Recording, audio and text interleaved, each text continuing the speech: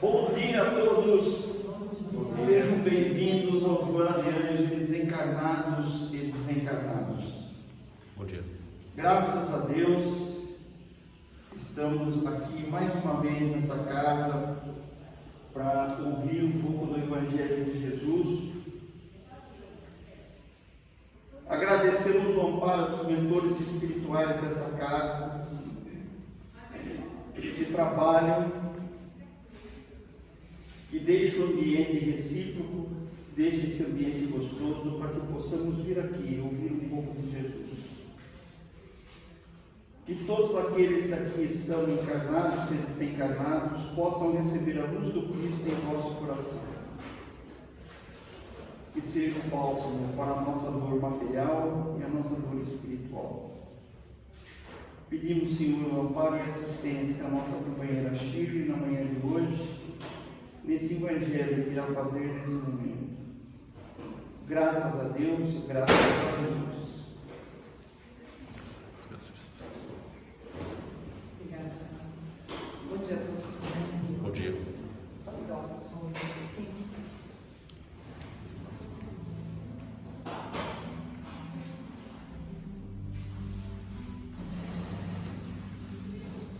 Bom dia. Hoje nós vamos falar sobre o tema o tempo certo.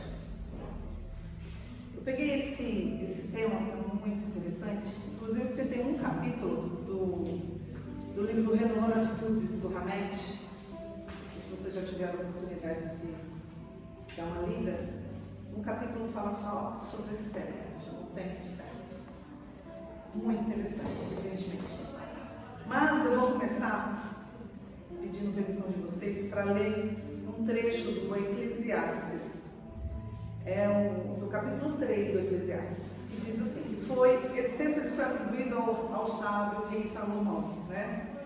Que versa sobre o tempo, essa tão preciosa moeda que a gente tem, né?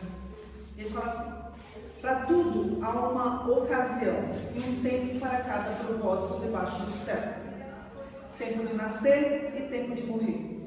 Tempo de plantar e tempo de arrancar o que se plantou.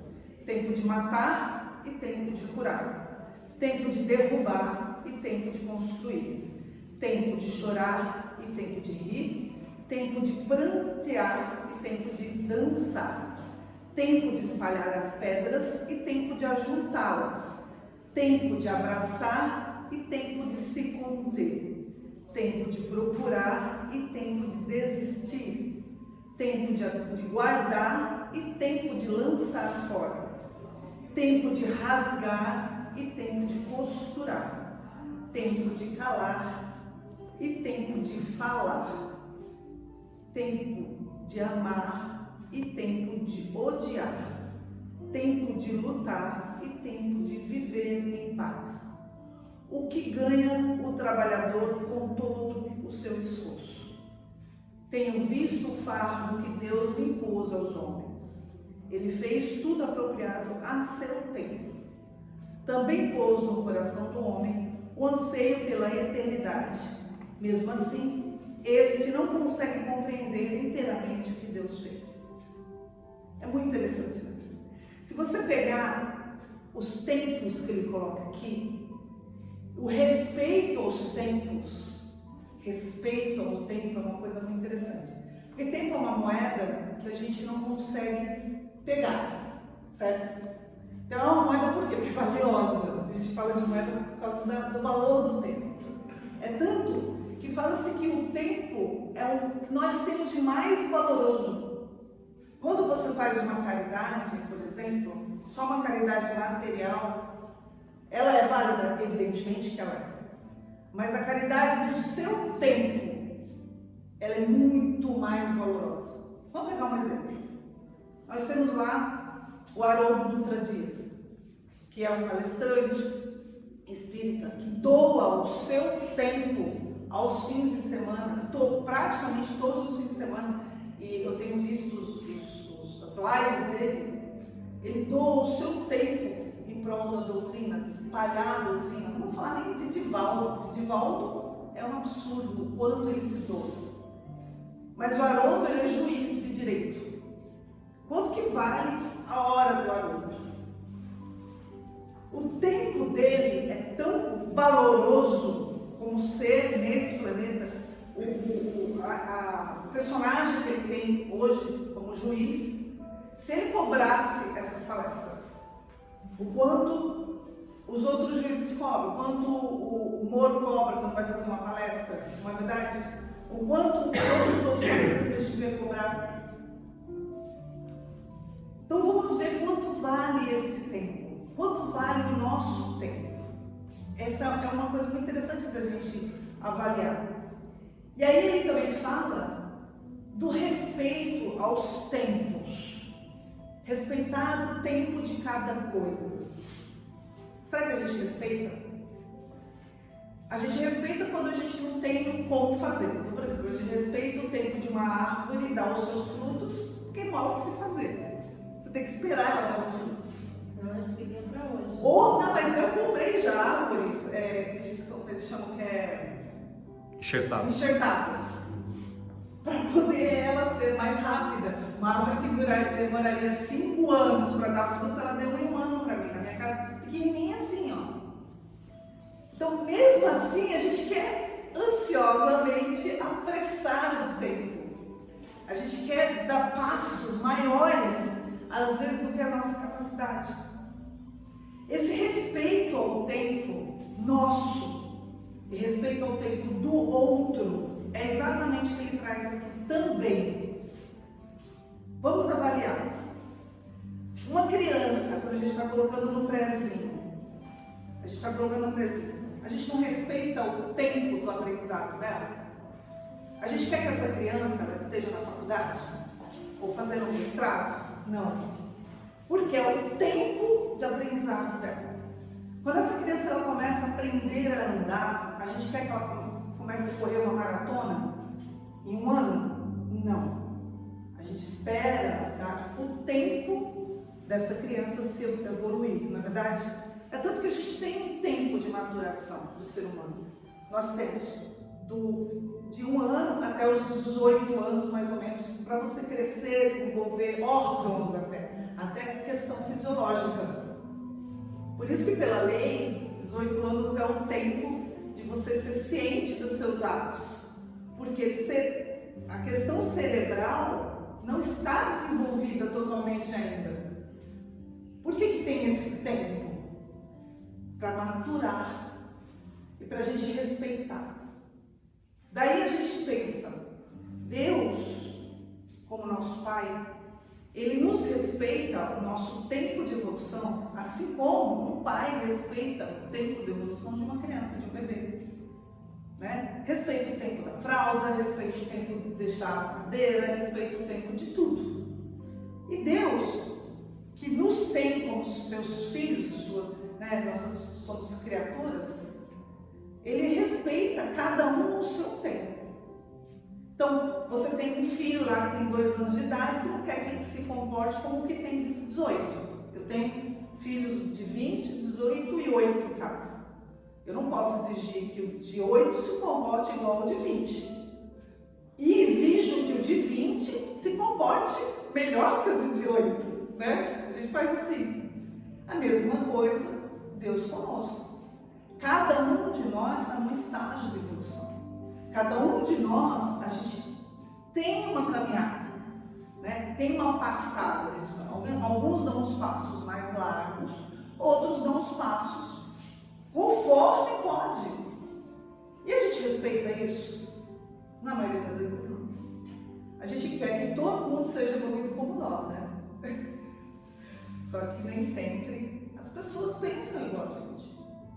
Nem sempre aquilo que a gente está enxergando como certo, como verdade, além de não ser a verdade, né? Nem sempre aquilo que eu estou passando nesse momento e que é a minha verdade é a verdade de todo mundo.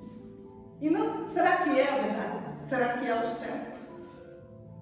Outro dia a gente estava tendo uma discussão positiva, né? Não é discussão, é uma argumentação, que a gente chama. E estávamos falando sobre a questão do mal. No meu conceito, o mal não existe. para um monte de gente existe. Mas no meu conceito, que ainda está sendo depurado, o mal, ele não é a falta do bem. O mal, ele é só um acontecimento. Porque o que é mal para mim, é bom para o outro. Você concorda? E às vezes, aquele outro não está fazendo mal. Para ele está fazendo bem. Então eu vou dar um exemplo. Tô lá, eu vou lá e perco R$100 na rua. Só que junto com os R$100, eu deixei um documento, uma coisa assim, sabe? A pessoa foi lá, pegou os R$100, desconsiderou, eu também comprou o bolso e foi embora. Para ele está fazendo mal. A chave não é roubada, certo? Para mim está fazendo mal? Está fazendo mal, porque eu acabei de perder R$100 no documento, ninguém me avisou nada. No meu conceito, se fosse eu e visse junto com o documento, talvez eu entraria em contato com a pessoa. Olha, você esqueceu R$100, não sei o quê. Mas naquele momento, para aquela pessoa, aqueles R$100 era importante. E ela não estava fazendo mal, porque eu perdi. Ela não roubou. No conceito dela, entende? Porque é assim que a gente vive. De fato, é assim que a gente vive. Às vezes o que é muito ruim para mim, muito ruim, para outra pessoa nem é tanto. Então o mal é só uma questão de caleidoscópio, do jeito que você vê a coisa. O que hoje em dia a gente tem tantas polarizações de pensamento, às vezes o que é extremoso para um, para o outro, fala assim, é uma bobagem, né? E assim a balança vai girando assim. Isso é quando a gente aprender em algum momento que a gente estiver evoluído o suficiente e a gente respeitar 100% o posicionamento e a evolução do outro, a gente não vai ter mais esses conflitos. Concorda? Por quê? Se hoje a gente não respeita a evolução do nosso companheiro de jornada, a gente não respeita a forma como ele está enxergando a vida, como ele se posiciona. Ele só fala, é mal, é bom, a gente coloca rótulos. Mal, bom, ruim, isso. A gente vai rotulando, porque é mais fácil rotular. Mas a gente não respeita o tempo de cada um. Por exemplo, outro exemplo. Aqui na doutrina espírita, nós não somos espalhadores da doutrina. Nós não vemos nenhum espírita bater de porta em porta e dizer assim, olha, eu vim aqui porque eu quero conversar com você sobre o espiritismo. Normalmente, o espírita não faz isso, porque a gente entende que cada um tem o seu tempo. Como o seu tempo? Se você está preparado para ouvir as verdades desta doutrina, é o seu tempo. Se você não estiver preparado para ouvir, não sou eu que vou convencer. Eu sou espírita há muitos anos. Várias vezes eu me deparei na minha vida com pessoas querendo me convencer ao contrário da minha doutrina. Falou, não, tenha calma. Se você não está convencido, não se preocupe, eu não vou precisar te convencer. Mas eu tenho o meu próprio convencimento, minha própria fé. Mas eu não preciso te convencer, porque é um respeito ao posicionamento do outro, respeito à religião do outro, respeito à forma como a pessoa se posiciona. Se para ele, naquele momento, entender que a reencarnação não é válida, ok. E esse é o ponto, é nós respeitarmos o tempo de cada um. Se você não está maturado, se a semente não está no ponto, por que você vai apressar? Se você apressar, é que nem aquela história, tira o bolo do forno antes, né? 5 minutos que seja, ou depois, é o tempo de cada um. E aí o Sandro falou uma coisa, eu ouvi uma palestra dele sobre o tempo, muito interessante, o Sandro é maravilhoso, né? E ele falando que a gente, na nossa vida, nós somos separados o tempo todo com os exemplos da questão do tempo da maturação. Que hoje em dia, nós estamos tão ansiosos que a gente gente já quer que tudo seja muito apressado. Então ele falou, deu um exemplo de uma criança dos tempos atuais que chegou e falou, mãe, eu quero um bolo. Ela falou, tá bom, então, né, vamos fazer um bolo? Vamos fazer um bolo. Aí vai lá, pega os ingredientes, bate na batedeira. Mas mãe, quando é que vai sair o bolo? Daqui a 1 hora. Mas por que 1 hora? Né? Porque é tudo automático, né? Você chega na padaria, o bolo está pronto, você pega os ovos, você não precisa esperar a galinha, né? Pôr os ovos. Você pega o leite, pegou uma criança de onde sai o leite, pequenininha. Ela não vai sair, sabe o que vai sair da vaquinha? Porque é o tempo. Esse tempo que a gente tem hoje em dia que é muito rápido. Quanto tempo a gente demora para receber uma mensagem? Quantas vezes eu vejo algumas pessoas dizendo assim, nossa, mas não responde a minha mensagem. Aí eu fico pensando, nossa, se a pessoa tivesse 1.700, ia demorar pelo menos uns 2 meses para receber a mensagem. E aí demora 10 minutos, ou meia hora, ou 1 hora, e a gente já fica ansioso. Então nós estamos num tempo do tudo imediato. Tudo é imediato. Então esperar uma árvore, como a gente estava conversando no carro agora, eu e o Marcos, a tâmara, que demora 80 anos para dar os primeiros frutos. Quem que planta tâmaras? Eu não plantei nenhuma ainda. Porque eu não sei nem se eu vou ficar na minha casa onde está, quer dizer, eu não planto nem para os próximos. Eu pego a árvore enxertada, porque eu pego mais rápido. Tâmaras que você planta não para você, você planta para os seus netos, às vezes. Você imagina isso? Ou planta para a posteridade. Que tâmaras que a gente anda plantando? Esse é o ponto. A gente não planta mais isso. Nós somos muito imediatistas, mais ainda do que éramos antes. Porque os tempos atuais de internet, de globalização, nos fazem ser imediatistas. E aí eu volto. Esse tempo que nós estamos parados, entre aspas, de quarentena, não dá um desespero? Você não acha que você está perdendo tempo? Só que ninguém perde tempo. Tempo não é uma moeda que você perde, você aproveita.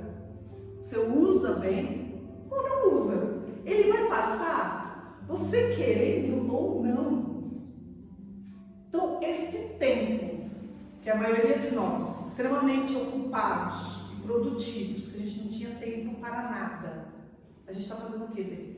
Que agora a gente tem sobrando, mais ou menos, né? A gente tem sobrando. E aí a gente percebe o quanto as coisas são vagarosas, o quanto o tempo, o dia dura para passar. O que antes nós acordávamos, já entrava, trabalho, escola, e filho, e não sei o que, quando via, acabou o dia. Hoje em dia não. Com essa nossa quarentena, que não é mais quarentena, já são sextena, né? Nós temos tempo de acordar tranquilos, de tomar um café tranquilos, de almoçar na hora, de pensar, de responder aqueles e-mails que a gente não respondia há anos, de ler aquele livro que estava guardado lá. Meu iPad eu tenho mais de 500 livros para ler. Eu li um monte já. Adoro ler. Quero ler muito mais. E a minha lista só vai aumentando. Não tem tempo suficiente. E a gente tem essa sensação de que está escorrendo pelos dedos. Só que eu vou dar uma boa notícia para vocês. Nós somos eternos. A eternidade nos aguarda. E o nosso tempo terreno aqui, que tanto a gente dá tanto valor, ele é eterno. Ele é eterno. E aí a gente pode pensar em tempos infinitos. Mas você fala, mas eu queria mais tempo como Shirley, né? Nessa figura aqui. Encarnados. A gente quer mais tempo encarnado, porque é mais confortável. Tem que nascer de novo, engatinhar de novo, aprender o beabá de novo, aprender o verbo to be pela enésima vez. É cansativo, mas faz parte do aprendizado. Porque segundo a espiritualidade, tempo é experiência. Então você mede o tempo de um espírito, a idade dele, não pelo tempo que ele viveu, pela experiência que ele teve. Não é verdade? Ninguém fala assim, Jesus Cristo teve 2 bilhões de anos, ele é o nosso irmão mais velho. Não. A gente fala que Jesus Cristo é o nosso irmão mais velho pela sua sapiência, por ser tão evoluído, pelas suas experienciações. E ele passou por todos os tempos. Ele experienciou como nós estamos experienciando, não é? Só que dá um pouco de, a gente é um pouco ansioso, a gente quer pular etapas. Não dá para pular etapas. Se você pular etapa, é que nem aquele muro que você está construindo, fica sem um tijolo, um buraco no meio, fica fragilizado e é ali que vai rachar e cair. Nós precisamos dar passos firmes, sólidos, tijolo sobre tijolo. E é por isso que a gente retorna reencarnando, exatamente por isso. Para a gente solidificar aquela experiência. Aí você fala, é karma? Não, é experiência.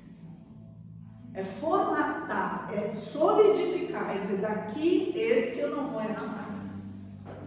É tanto que a gente percebe que tem coisas que aparecem na nossa vida o tempo todo. Não é por acaso. Que aquela experiência, ela vai se deparando na sua frente o tempo todo.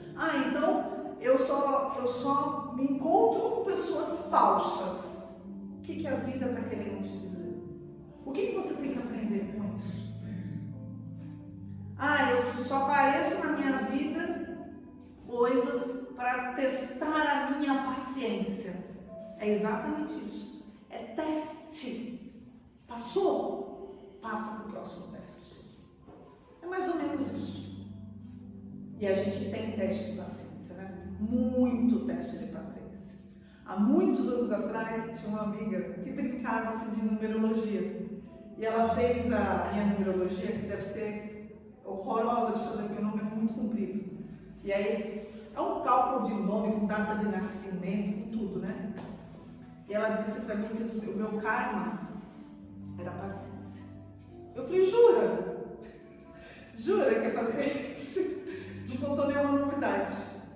Que a minha vida toda, tudo o que coloca na minha frente é para eu testar a minha paciência.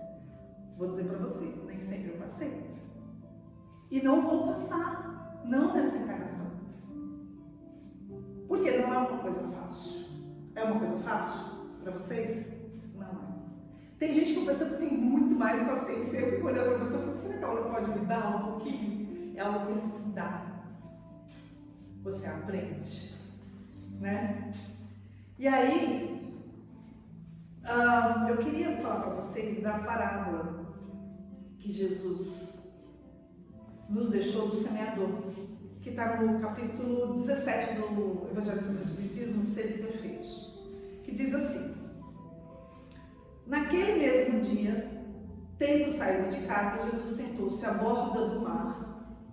Em torno dele logo reuniu-se uma grande multidão de gente, pelo que entrou numa barca. Jesus foi numa barca, onde sentou-se, permanecendo na margem do povo, de todo o povo.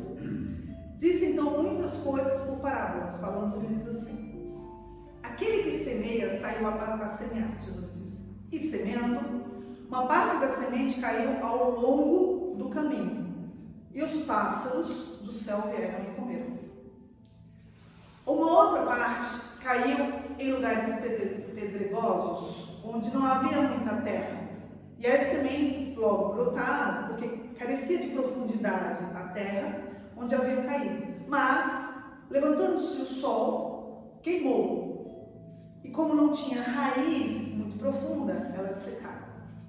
E uma outra parte caiu entre espinheiros. E esses espinheiros, crescendo, abafaram.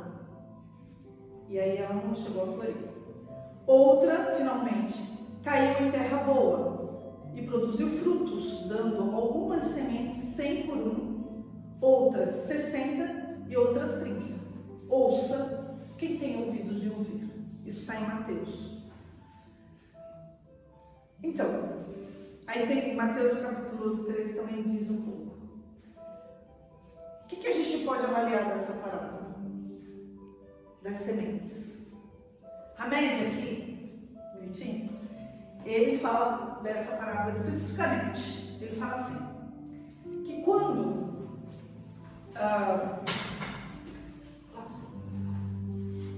chama tempo certo, ele fala que a humanidade em geral, ela recebe o tempo todo sementes do crescimento espiritual. A todo instante a gente está recebendo. Então nós estamos recebendo estímulos o tempo todo.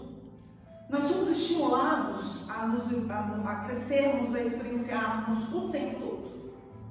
E a gente para pensar, isso que a gente está passando agora, será que é uma semente?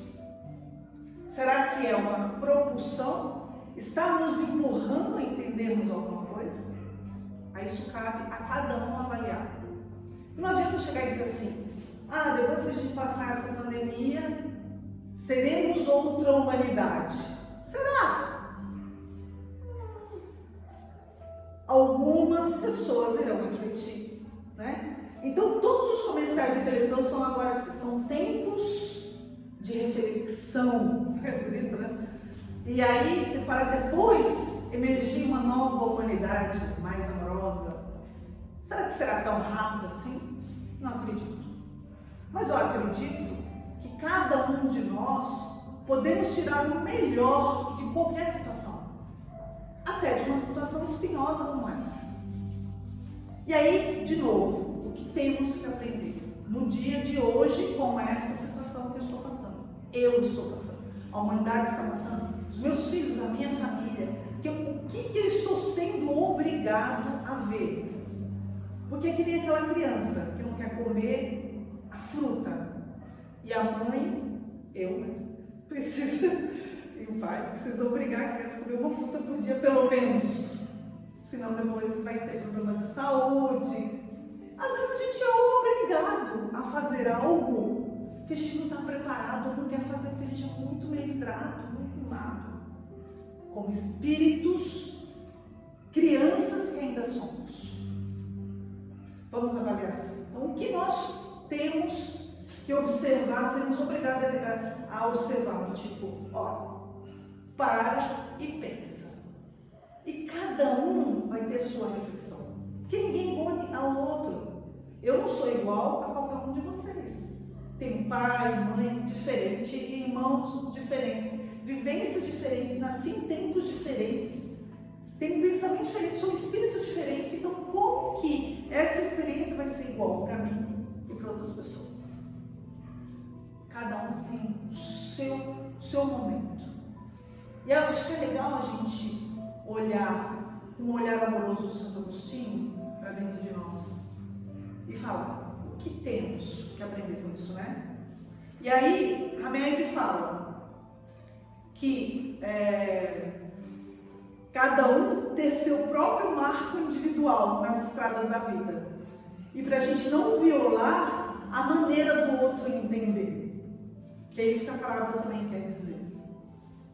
E aí que diz que Jesus, por compreender a imensa multiformidade evolucional dos homens, exemplificou nessa parábola do semeador a dissemelhança, quer dizer, a diferença das criaturas, comparando-as aos diversos terrenos nos quais as sementes da vida foram semeadas. E aí vamos lá. A semente que caiu nos lugares pedregosos, o que Jesus quis dizer com isso? Ele diz que foram porque não suportaram o calor da prova. Então é aquela semente que cai e que cai e já não quero passar por isso, né? Não quero passar por isso, não é o momento. E não é o momento mesmo. Então pega uma pessoa extremamente materialista, que não acredita no porvir, não acredita em nenhum tipo de possibilidade futura, só aqui e agora. vive um pouco do passado, bastante do presente, e o futuro é um futuro incerto, é um futuro materialista, né? Vou guardar para ter. Experimenta falar para ele sobre semeadura, que seria o Evangelho de Jesus. Vamos semear nessa pessoa. Eu já tentei conversar com pessoas extremamente materialistas, são ateus. Você olha para a pessoa, é como se tivesse um muro, um bloqueio. Tem um muro ali. Só que você olha para a pessoa e fala assim, nossa, tadinho. Eu não sei se está tão errado. Porque a gente tem uma sensação de que a pessoa talvez não queira sofrer. Porque a forma como você mergulha no Evangelho de Jesus é um autoconhecimento tão grande que te faz olhar para você, faz olhar para as suas sombras interiores. Cada vez que você lê mais livros, cada vez você lê você mesmo dentro daquilo. Isso não é uma tarefa fácil, isso dói. Então, às vezes é mais fácil você rechaçar, falar, não, eu estou aqui, né? Só paredinha aqui. E aí você fica com dor porque você fala assim, nossa, não conhece a beleza do olhar amoroso de Jesus, nunca se emocionou de chorar, de chegar às lágrimas, de ter a sensação de Jesus do nosso lado, dos espíritos superiores, que isso é tão bom, mas não teve essa oportunidade ainda. Mas vai ter. Isso não significa dizer que quem teve essa oportunidade mais evoluído não é. A gente se engana de saber que mais evoluído é quem conhece mais o Evangelho de Jesus. Não, é quem colocou na sua própria vida. E eu também conheço pessoas que não têm religião, mas que são boníssimas. São pessoas boníssimas, não precisam de religião. A gente precisa trabalhar as nossas experienciações como seres humanos que nós somos. Mas religião é bom, ajuda bastante. E aí, nós temos a próxima, que é a dos pedagogos, como é que é? Caiu em lugares pedregosos, e depois caiu, queimou, e depois caiu entre os espinheiros, isso mesmo. Os espinheiros, para Jesus na parábola, segundo Hamed até, são as nossas influências sociais. É o ambiente que a gente vive, que às vezes não permite que aquela semente ela explode. E a nossa força interna não é suficiente para fazer com que a semente brote. Porque mesmo em ambientes inóspitos, há a possibilidade de crescimento, sempre há evolução. Como os vários exemplos que tem. Mesmo dentro de uma favela, você pode tirar um grande sábio, um grande médico, uma grande pessoa, desenvolver. Eles falam, ambientes inóspitos, que não permitem que o ser humano se desenvolva, sem enxergar violência, sem enxergar penúria e coisa ruim, essa pessoa não tem outra possibilidade. Sim, nós somos influenciados pelo nosso meio. Sim, nós somos influenciados por toda a sociedade. Primeiro pelos pais, que é a nossa primeira sociedade, depois a média sociedade, e assim nós vamos sendo influenciados. Somos muito influenciados. Então, quando a gente está num ambiente religioso, evidentemente que a gente se comporta melhor, porque nós somos bem influenciados, certo? Quando a gente está num ambiente de farra, de materialismo, nós somos mal influenciados. Então, essa influência que nós sofremos também do nosso ambiente. E aí, onde Jesus diz que onde tem espinhos que abafam aquela semente, que não tem força suficiente para estourar, ela não chega nem a crescer. E aí, a gente finalmente tem a semente que caiu em terra boa, produz os músculos. A terra boa é a pessoa evoluída? Não necessariamente. É quem está apto, aberto para conhecimento, aberto para ver, querendo absorver conhecimento. Isso é uma obrigação nossa, de não pararmos e dizer assim, isso que eu não quero saber. Sabe assim, Aquele tipo de coisa que às vezes a gente faz assim, não. Isso eu não quero mais. Às vezes, por causa de uma má experiência, trauma, a gente já passa pouco. E a gente bloqueia algumas informações. A terra boa é aquela que fertiliza, ela traz, e ela vai fertilizar o quê? Bons e maus frutos. Tudo ali misturado. E depois a gente vai só pensando e tirando, não é verdade? Então, junto com a grama, não tem lá um monte de matinho ruim, não tem que tirar, mas quando você fertiliza tudo. Então a gente vai receber, ser abertos a receber a experienciação. E aí sim, ter a sabedoria necessária, a experienciação necessária para escolher entre o joio e o trigo. E dizer, isto serve, isto não serve. Isto serve para mim, é bom, isto não serve para mim, não é bom. Neste momento. Porque a gente não sabe de onde é o rio. A gente não sabe porque o rio, ele é como um tempo. Jamais você vai pegar o rio do mesmo jeito. É sempre um rio novo.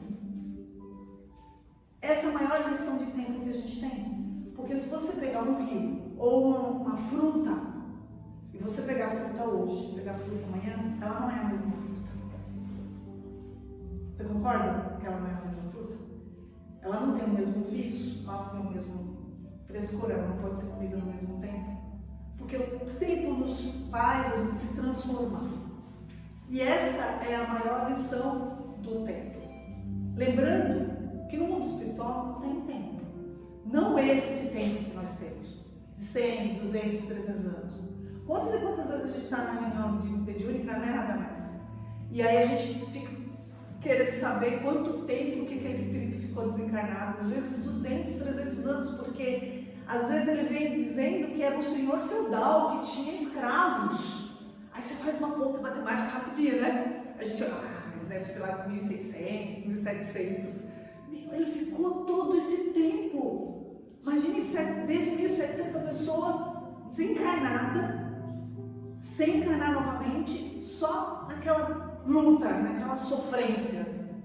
Só que o nosso tempo, para eles, passou um dia. Porque o tempo nosso é nosso. É medido aqui, os Espíritos falam o tempo todo. Só que eles falam também? Use bem o seu tempo. Toda a doutrina, toda a matéria doutrinária que você for ver, todos os livros de Chico, Emmanuel, falam o tempo todo sobre o tempo. De usar bem. Porque quando a gente desencarna, sabe qual a maior culpa que a gente tem? De não ter usado ele propriamente bem. Ai, meu Deus, ao invés de eu estar com aquele monte de coisa perdendo meu tempo, trabalhando tanto, eu podia ter amado mais, lembra aquela música? Amado mais, né? Ter sido mais feliz, ter curtido mais as pequenas coisas, nascer de brotar de uma flor, um canto de um pássaro, e eu perdi o meu tempo. Essa é a maior culpa que a gente tem. Então, que a gente possa usar bem o nosso tempo, mas que a gente também possa respeitar também o nosso tempo. Não adianta uma pessoa vir, como a gente escuta um monte, até na doutrina espírita, vocês não têm mais tempo, o tempo acabou. Aí eu olho e falo, acabou não, o tempo acabou não.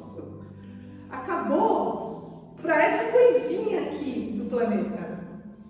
Mas nós somos eternos. E daí se eu for para um planeta primitivo? E daí? Eu vou viver do mesmo jeito, vou experienciar do mesmo jeito, eu vou aprender a amar do mesmo jeito. Vai ser desconfortável? Vai. Mas é que nem aquela viagem que você faz para um lugar tipo Machu Picchu. Você tem que pegar um monte de ouvir falar das viagens do Machu Picchu, são horrorosas, mas você aprende do mesmo jeito.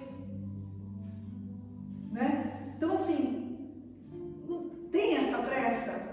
Tem, mas ao mesmo tempo não tem. Não sei se vocês conseguem entender. Tem e não tem. Temos que usar bem o nosso tempo, sim, porque foi o maior presente que Deus nos deu. essa encarnação. Então vamos usar bem, usa propriamente. É que a espiritualidade superior fica desesperada, querendo que a gente cresce logo, né? Eles têm essa ansiedade. E a gente também tem, mas não adianta dar um passo maior que a nossa perna, porque a gente cai, e cai feio. Então vamos fazer tudo no nosso tempo, e respeitar o tempo do outro. Se alguém quer ficar trancado em casa, não ver ninguém, respeite o tempo do outro. Se a pessoa quer sair na rua e passear, né? Respeite o tempo do outro. Se a pessoa quer viver bem ou mal, respeite o tempo do outro, porque cada um tem o seu tempo. Gratidão pelo tempo de vocês por hoje. Vamos finalizar aqui rapidinho. Vou dar uma desligadinha aqui.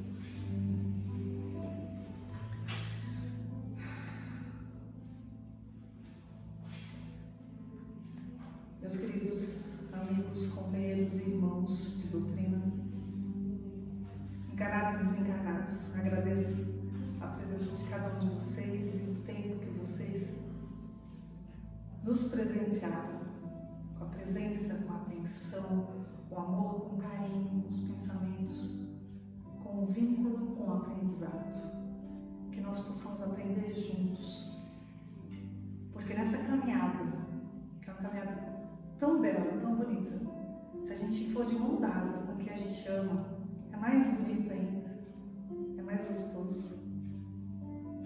E que nosso amado Mestre Jesus sempre esteja nos cobrindo com o seu manto, com o seu véu de amor, de carinho, de aprendizado.